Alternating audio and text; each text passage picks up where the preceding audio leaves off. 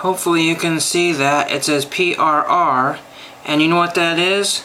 Well, it's a postage stamp, and it is a 3-cent Liberty postage stamp, and that PRR was actually holes called perfins, and PRR, I believe, is for the Pennsylvania Railroad, and that was to prevent theft of stamps, and they could see people using those stamps from their offices. It's not worth very much, but sometimes people collect the different company names on there, and that's a good way of showing you what that is. I'm just showing some pickups that I got, different things that I've gotten over the last few days because no autographs have come in. I collect patches and have a binder of them, the Gold Prospectors Association of America. That didn't cost very much. These are going in my playing cards binder. I just grabbed a couple of random Hacienda cards from a deck. Just the Queen and the Six of Hearts. Nothing special. I went to the coin shop today and got several interesting things here. I got a bunch of Canadian, and most of these date to the 1940s. There's a few newer ones in there because I just liked them. And he gave them to me at, let's see, the total was 90 cents. And he gave it to me for 60 cents. So that was a pretty good deal. And he said, oh, buy the whole thing. I'll sell them to you for half. And then you can just mix them in with your U.S. change. I said, no, not really. I don't feel like doing that. And then I got some first aid covers along with some stamps. I've already used the stamps. This is from the Dayton Air Show, and that could go out to a pilot or somebody who's actually flown there, and I can put a label over that address there. This one's from Lakeport, California. A nice envelope with no address. That's pretty neat. And then he had a few more of those. CPEX Topex 87. This is some sort of stamp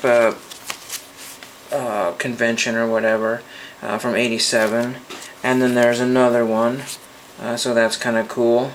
And then the last one was the Star Route truck, first day cover, and that's kind of an unusual one. These were all 10 cents a piece from the Golden Gate Stamp Club of somewhere, and this is a limited edition, number 136 out of 250.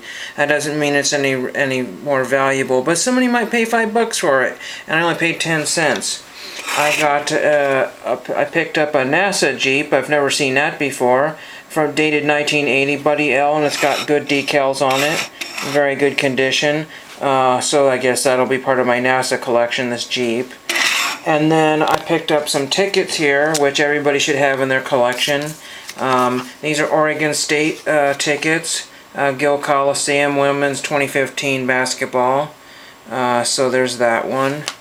And then this one is men's versus Utah. I don't know when that was. I don't think it says here.